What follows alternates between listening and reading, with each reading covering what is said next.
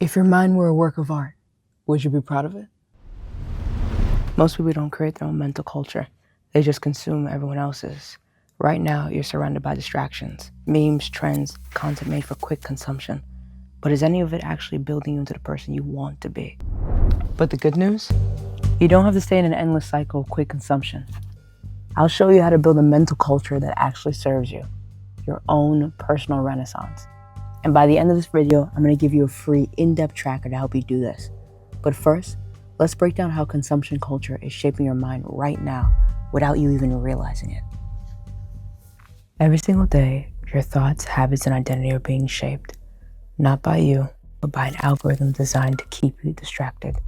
You think you're just scrolling, clicking, watching, but the truth is everything you consume is training your mind, whether you're conscious of it or not. And here's where it gets even crazier. Studies show that your subconscious mind can't tell the difference between your imagination and your reality.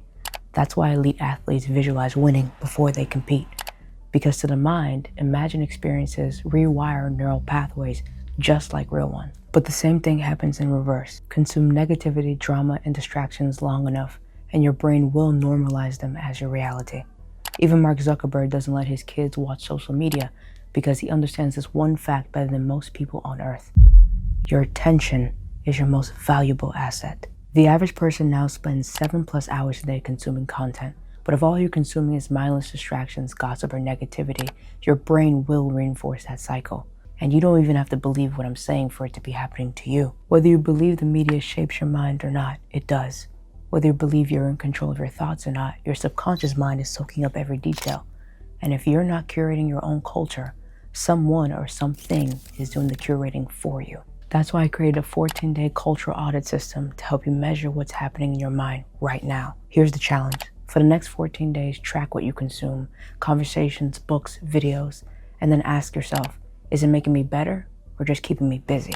You can grab it for free in the link below. It's simple, it's powerful, and it's the first real step to breaking out of that consumption trap. Because once you see what's actually shaping your mind, the next step becomes even more important. Designing a culture that serves you. So what does that look like? Let me show you. A cultural renaissance is about intentionally curating what you consume so that it opens your mind, strengthens your creativity, and fuels your personal growth.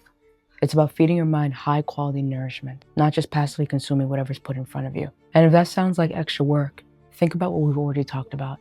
Remember, everything you consume is already shaping your reality. The question now becomes, how can you become the active architect of that reality? You see, the Renaissance itself wasn't just about art. It was a shift in the way people thought. You had new ideas, new ways of seeing the world, and a culture that actively compounded the importance of creativity, mastery, and personal excellence. So when you start your own cultural renaissance, you're doing the same thing. You're building your own mental ecosystem, designing a world that actively compounds you into the person you want to become. Take Leonardo Da Vinci, for example, one of the most known figures of the Renaissance. He wasn't just a painter, he was an engineer, an anatomist, a scientist, a writer, someone who pulled knowledge from everywhere and used it to create art, solve problems, and innovate. And here's the kicker.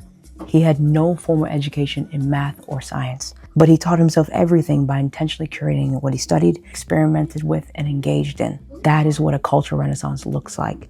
It's about intentionally creating a self-directed learning system that elevates you with every single moment. And today, you don't need to be in 15th century Italy to do this. You have access to more knowledge and resources than anyone in history, even more than the wealthiest kings you can think of. The key is learning how to intentionally access that knowledge. Most people never think about what they consume. They just wake up, scroll, watch whatever's trending, take in someone's random opinion, and repeat. But the problem is, what you take in becomes your mental default. And I felt this myself.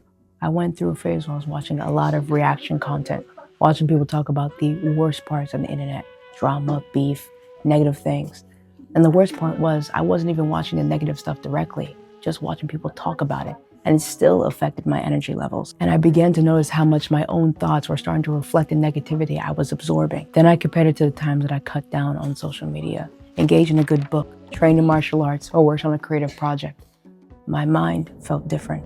My thoughts were clearer, and my days felt richer. That's when I realized I had designed a mental culture by accident. But what if I could do it on purpose? You see, a cultural renaissance isn't about isolating yourself or only consuming intellectual content. It's about designing a balanced, high-quality input system that naturally improves your thinking, creativity, and decision-making. That can look like reading fiction or philosophy to expand your perspective and imagination, watching classic films or documentaries instead of mindless content, taking up pottery, dancing, archery, or hiking to engage in flow state activities, surrounding yourself with creative-driven people who push you to grow. The point is, you get to choose what you engage with. You set the tone for what feeds your mind. And once you start doing this, you feel the difference immediately. Why? Because your mind isn't running on mental junk food anymore. It's running on high-octane fuel. Most people never even consider this. They just take whatever's easiest, whatever's put in front of them. But if you curate your inputs, you give yourself a massive advantage. Your ability to think critically and solve problems skyrockets. You develop a unique perspective, one that makes you stand out in job interviews, dating, and networking opportunities. And you create mental discipline that helps you avoid distractions and execute your biggest goals faster. And here's the thing, you don't have to figure this out all on your own. Every week I break down deep dive strategies on how to build a mental culture that actually works for you. So if you're serious about improving yourself and bettering your mind, subscribe to the channel. And for even deeper breakdowns and practical resources that I don't share on YouTube, subscribe to my free Substack newsletter. That's where I send more in-depth guides and personal insights to help you stay on track. The links are below. Check them out after the video. Now, if this all sounds overwhelming, don't worry. You don't have to overhaul your entire lifestyle overnight. Remember, a journey of 1,000 miles starts with one single step. So how do you actually do this? How do you design a personal culture renaissance that works for you? Let me show you. Step number 1, reverse engineer your ideal culture. The first step is thinking about who you want to become. Forget goals for a second, just ask yourself, what does a fulfilling life look like to me? What kind of conversations do you want to have? What kind of skills or knowledge do you admire in others? Start collecting inspiration. This isn't about copying anyone. It's about finding references for the ideal culture that you want to live in. This could be anything. If you want to be well-spoken, immerse yourself in classic cinema, deep conversations with friends, or places where language is intentional. If you want to develop discipline, consider taking up a martial art or some sort of practice discipline structure where growth is precise. And if you want to be more creative, find art, writing, or music that stretches your mind. You're building a blueprint, a mental Pinterest board for the type of culture you want to embody. Step 2, track and measure where you are now. Now that you know your end goal, you need to now understand your starting point. And there's a saying in business management, you can't change what you don't track. And this is where the habit tracker comes in again. Remember, I created this 14-day cultural audit to help you observe what you consume, how it makes you feel, and what changes and shifts you want to make in your daily life. Because once you start seeing patterns, you know exactly what's adding to your growth or what's just keeping you busy. You can grab the tracker for free below. Just use it for 2 weeks and watch how much clarity you gain. Step 3, integrate your findings and take action. Remember, you don't have to overhaul your entire lifestyle overnight. Big changes come from small, consistent shifts. Here's how you start. Introduce new inputs intentionally. Instead of scrolling mindlessly, set a goal to watch or read one thing per day that aligns with your vision. Pair passive consumption with action. If you watch a video or read something valuable, take notes, apply one insight, or discuss it with someone. Create instead of just consuming. Write, paint, build, train. Turn your inspiration into something tangible. And you don't have to stop watching content or quit distractions completely. I still enjoy my Netflix and anime like anyone else. But if you're spending 5 hours a day on content that drains you, imagine what will happen if you replace just 1 hour of that with something that feeds your mind. These small shifts may seem subtle at first, but over time they compound. And when you look back in 6 months, you'll realize you've just built an entirely different world for yourself. At the end of the day, you are the architect of your own culture. Every book you read, every conversation you have, every single piece of content you consume is shaping your identity whether you realize it or not. But the good news, you get to decide. You can curate an environment that actually shapes you into the person you want to become.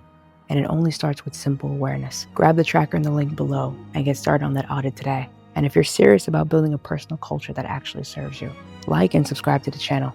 I've got more coming to help you with on this journey, so that the next time I ask you if your mind is a work of art, you don't hesitate to say yes.